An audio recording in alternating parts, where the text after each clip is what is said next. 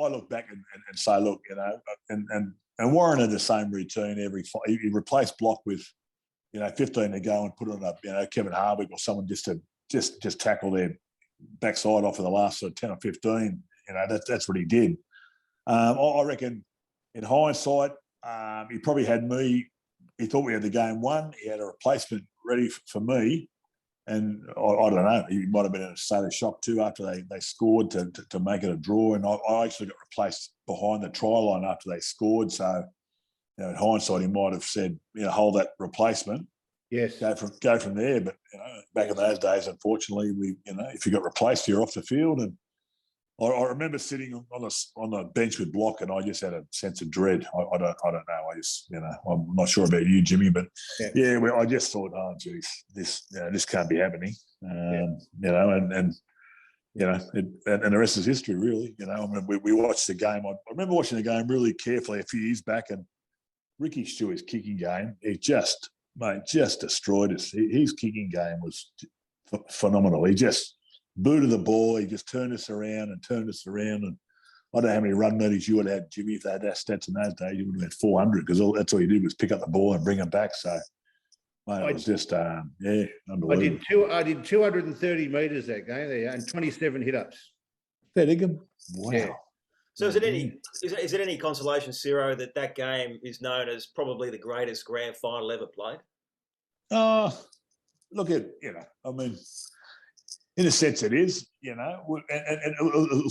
Horsey, we had a function a couple of years ago, Jimmy, we put together a 30-year reunion, and we got just about everyone there, and it was good because Warren said a couple of things, and Wayne Pearce said a couple of things, and 30 years after the fact, it was never been spoken about with that group, and we all got together at a little pub in Balmain on a Tuesday afternoon in September, and there's a couple of things put to rest there. Warren said a couple of things about that particular group of men and who played together that was really special, mate. And I'm not going to share too much with it, but it was just, mate, the words that him and Junior spoke, and even 30 years later, that it really put on the heartstrings too. And I think you'll remember that, Jimmy, too. Yeah. So yeah.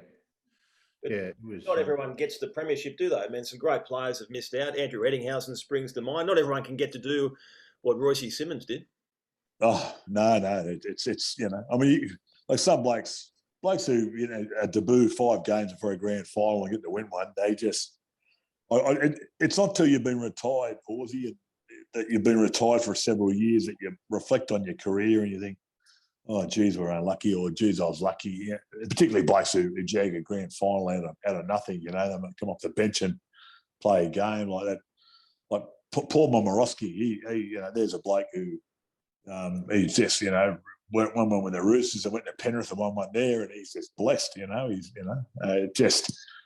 my life's all about timing, and that's what I've kind of realised, I think, as I've got older too, it's all about timing and different things. And if Benny Elias was 3 inches taller and kicked that field goal, we would have had a good time too. Let's just blame Benny. Yes, why not? You realise, Siro, that the crossbar was freaking 4 inches too high. Oh, so Benny says that's true. It could come up. It was true. I'm not making it up.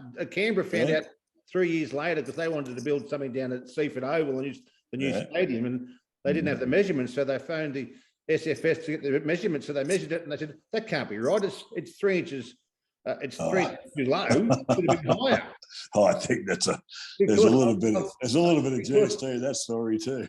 McInerney was the boss down there in Canberra. He told Chalky, and Chalky told me. So, oh gosh, I'd have to take it as gospel.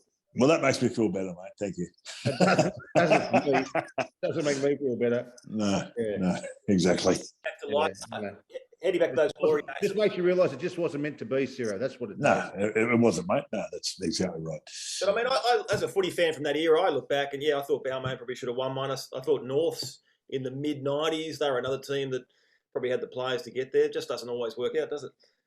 No, mate, no, not at all. You need all the stars to align, mate. To win a premiership, it's you need all your good players on the fields, fit and healthy, and like 88, Jimmy touched on it a bit earlier. We limped into the grand final, mate. We had a playoff for fifth, and by the time just making the grand final was a huge thing for the Balmain district. I remember going back to the club after we beat Cronulla in the final, and it was like we won the grand final, just making it. And I remember I was busted. I was just carrying a calf injury and other bits and pieces when we played Canterbury in '88. But look, it is, mate. You've just got to be, you need everything to fall into place, and and a little bit of luck too. Sometimes a bounce of the ball can win or lose your premiership. Do you think we would have won that one if Ellery Hanley hadn't been knocked out by Terry Lamb? Who's to know, mate? Who's to know? It's all hypotheticals. But look, we probably would have been a lot better shot with him out there, Ellery. Like he showed me stint. He was just absolutely brilliant for the club when he arrived, and every game he played, he came out with some sort of super play every game. So what's to say he may have done that in the second half too of that game. Mm. Yeah, I reckon if obviously Ellery was taken out, but we lost Blocker too, about just on the edge of the semis from the playoffs, and Block got a 4-week suspension. Correct. If Block had been there, and Block and Ellery had been there, that would have been a different side, because Block was like our leader in the pack. Like Block and Siro used to go in tandems. They were a tandem team. Block had hit up and Siro hit up, and they just used to work off each other. And once Blocker went off in that grand final, the '89 grand final, it takes that, like Siro will go on the back of Blocker's run, and we lost Block. So I'm sure Siro still hit it up, but not on the back of Blocker's run. So we lost that go forward. And the two big bookends, that if anyone come through the middle, they'd whack them and stack them. We lost that as well. So guys like Steve Jackson and the other guys, they weren't as scared of our forward pack because they weren't on the field. So they started to make yards and got confidence off the back of that. Laurie Nichols, the great man, I want to ask you about him. Leichhardt hero. He was great, certainly for the fans. What about for the players out in the middle of Leichhardt Oval? Did he ever give you a lift when you looked over and saw him shadow boxing and so forth? I don't know about a lift, but he was just part of the setup. Adam, because by the time I got there, he'd been around for years, Laurie, but he just, nature's gentleman. He just, he would, he'd sit and talk to anyone about footy, and just didn't have a bad word to say about anybody. And mate, I loved him. He just, he'd have a story for every occasion, and he was bloody hilarious. But just, as I said, nature's gentleman. He'd go away, he'd go wool classing, and he'd send out remember Jimmy said it sent like a 6-page letter, and they put it up on the notice board in the shed.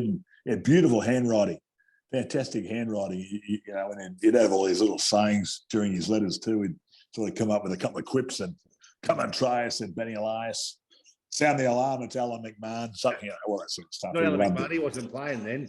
I know that. I know, but I just thought I'd throw that in there. Yeah. He was a very emotional guy too, though, Sarah. I remember sometimes they'd get him in for a team speech before the game. He'd lose it, wouldn't he? Yeah. He would lose it. He'd start crying. Yeah, exactly.